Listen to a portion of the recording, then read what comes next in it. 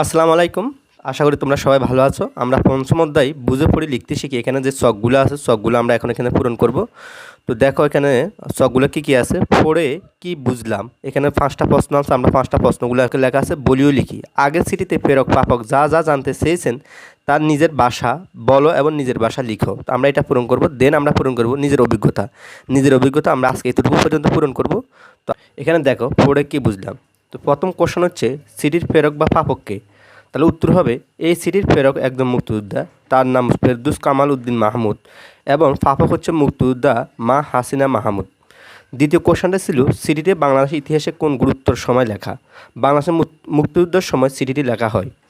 তৃতীয় কোশ্চেন ছিল প্রেরক কেন সিটিটি লিখেছেন। প্রেরক মাকে সিটিটি লিখেছেন যুদ্ধক্ষেত্রে তিনি কেমন আছেন এবং যুদ্ধ পরিস্থিতি কেমন কেমন তা জানার জন্য। এরপর আমরা গ নাম্বার কোশ্চেনে দেখতে পাই একটা সিটির কোন অংশ লিখতে হয়।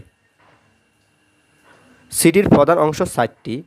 এগুলো হচ্ছে ঠিকানা ও তারিখ, সম্ভাষণ, মূল বিষয় এবং 4 নম্বর হচ্ছে লেখকের নাম এবং স্বাক্ষর।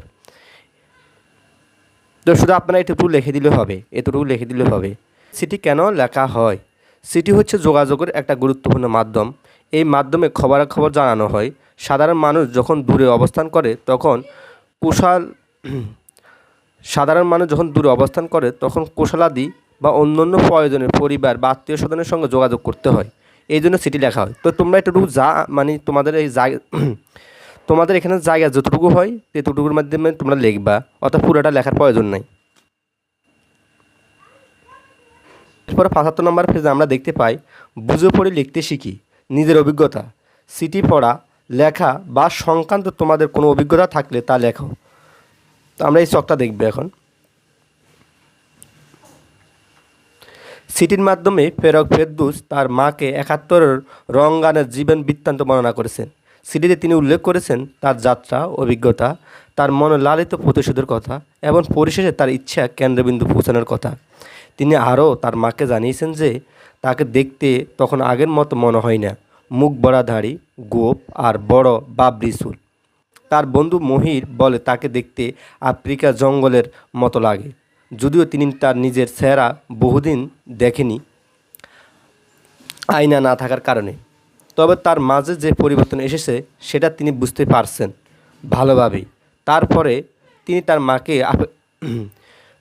তার মাকে উপেক্ষা করে বললেন যে তার মনে অনেক ঘটনা জমা হয়ে আছে, কিন্তু সময়ের অভাবে তিনি এই ঘটনা বলতে অপারগতা প্রকাশ করেন।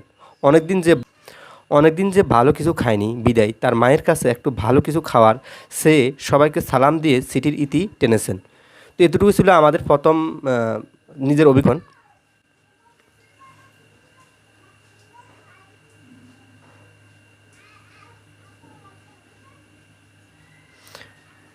এবং দ্বিতীয় ছকটা লক্ষ্য করো, সিটি পড়া, লেখা বা এই সংক্রান্ত তোমার কোনো অভিজ্ঞতা থাকলে তা লিখো।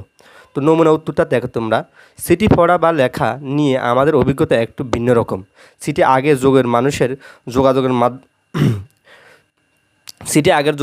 যোগাযোগের একমাত্র মাধ্যম হলো বর্তমান যুগের কল্যাণে এখন হাতে কলমে সিটির চলন নেই বললেই চলে। তার নিতান্ত পাঠ্য বইয়ের মাধ্যমে আমরা সিটির হাতখড়ি। পরীক্ষার খাতা ছাড়া হাতে চিঠি লেখা হয় না বললেই চলে। এখন কি আর এত অপেক্ষা করে চিঠি গ্রহণের বা প্রদানের সময় আছে কারো? তবে অনলাইন ইলেকট্রনিক চিঠি, ইমেল পাঠানোর তো আমাদের নিত্যদিনের কাজ। বন্ধুর সাথে যোগাযোগ থেকে শুরু করে সকল প্রয়োজনীয় যোগাযোগ স্থাপন এই চিঠি বা ইমেল ব্যবহার করি। তাই চিঠি পড়া বা লেখা সংক্রান্ত বিষয়ে আমাদের অভিজ্ঞতা কিছুটা অন্যরকম। তো আমাদের এতটুকু ছিল। আমরা এতটুকু ছকগুলো পূরণ করলাম। আমাদের অর্থাৎ 76 পৃষ্ঠা পর্যন্ত যে ছকটা ছিল এই ছকটা আমরা পূরণ করলাম। বাকি ছকটা আমরা পরবর্তী কোনো ভিডিওতে আমরা এটা পূরণ করব আশা করি। তো যারা আমাদের সাথে ছিলেন তাদেরকে অসংখ্য ধন্যবাদ। আসসালামু আলাইকুম।